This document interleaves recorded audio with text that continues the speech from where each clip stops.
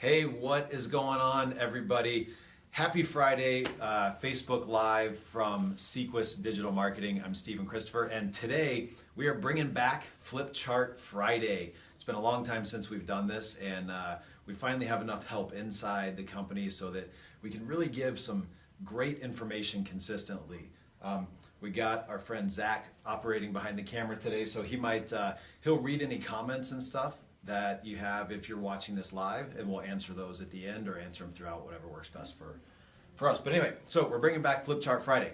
Today's topic, 2 things to increase your Google Maps ranking. We get this question all the time. So a lot of local service businesses thrive on their Google Maps presence. I mean, you know how important that is, because when you do a Google search, you have your paid ads that come up at the very top, but then right below that you have 3 Maps listings, and if you're not there, you're missing out on a huge opportunity. And you may remember a while back when Google used to show 7 Maps listings up there, and now there's only 3. So that just makes it that much more important that you really put focus on getting your getting your Google Maps listing to rank better. Because if you were in the top and you were maybe 4th or 5th or 6th, well, when they got rid of those positions, you're no longer on the first page. So now you got to be in the top 3. So this does take a little bit of work on you, the business owner's side, but it's well worth it, and the returns will be worth their weight in gold if you put in a little bit of time and energy to it. So let's talk about the 2 things today to help increase your Google Maps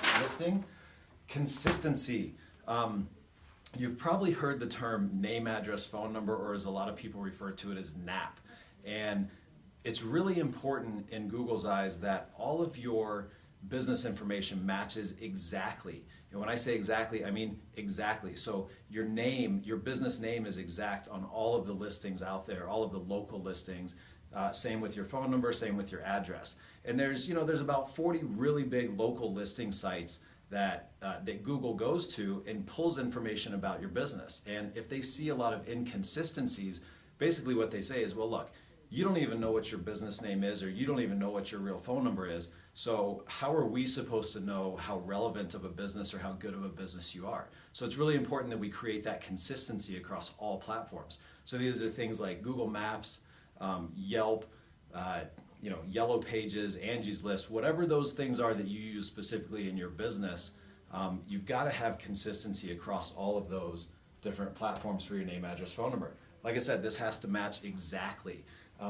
Here's a good example, and then I'll come back and give you a tool that you can go out and check to see how well you're currently doing. Example, so we have ABC Plumbing, Heating, and AC on 123 Any Street Road, Suite 150. The other way that we could write this is, it's the same exact business, but ABC Plumbing, Heating, and Air Conditioning, 123 Any Street Road, road is abbreviated, suite spelled out. So you can see the inconsistencies between here. And so when we say exact, again, we mean they have to be exact. So road needs to be spelled out if it's spelled out everywhere. Road needs to be abbreviated if it's abbreviated everywhere. The best way to tell this, or the best way to start the process of figuring this out, is go to your Google My Business or your Google Maps listing and see exactly what your address is there. And then you want to make sure it matches everywhere else. Here's a tool that you can use, seequs.com/scan. You can go there, you can type your exact business name, your address, your phone number, and then it'll show you all of the local listing sites and how your business shows up on those. So it'll give you any discrepancies in phone number, discrepancies in address, discrepancies in business name. So that's a really easy way to kind of tell how much stuff you need to get out there and start to get fixed. So go check out that tool, and then you can start to see those inconsistencies and then start working on fixing them. Second, reviews. A lot of people ask us all the time, they're like, man, I know these reviews are really important, but they're really hard to get. Yeah, they are hard to get, but that's also why they're so important. Google doesn't make it easy to get reviews, because that's how they actually give reviews credibility and give reviews weight, because it's difficult to spam the system. So reviews are really important because they look at it from a standpoint of, what does the community think about your business? Not just how well is your SEO company doing, but what do other people actually say about your business, and what is the experience that they've had with your business?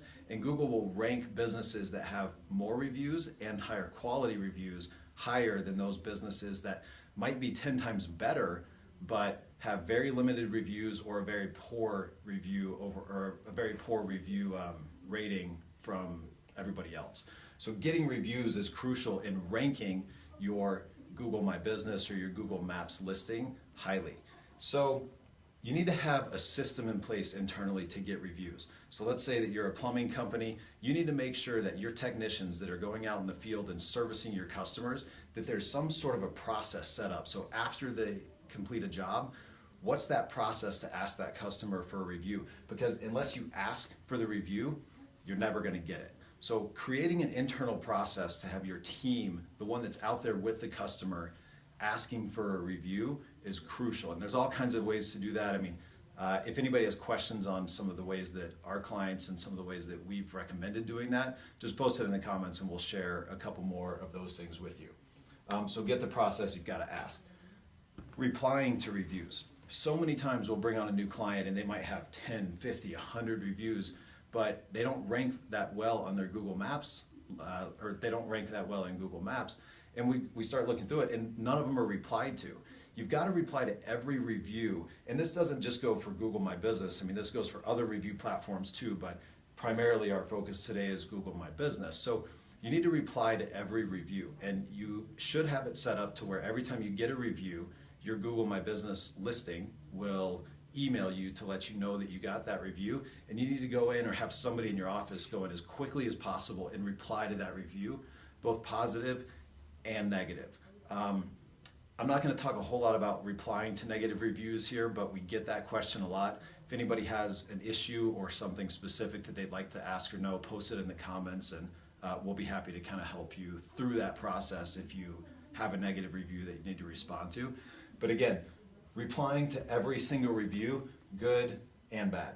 Make sure that you're doing that. So right now, your action on this, on the review piece is go to your Google My Business page or your Google Maps page and see how many reviews you have and how many are not replied to, and start replying to those. These are two great things that will really make a big difference in your Google Maps listing, because again, like we said, there's only 3 at the top now. It's vitally important that you rank in those top 3, so you want to consistently be working on your Google Maps presence. Again, I'm Steven with Seequs. Let us know if you have any questions. Thanks.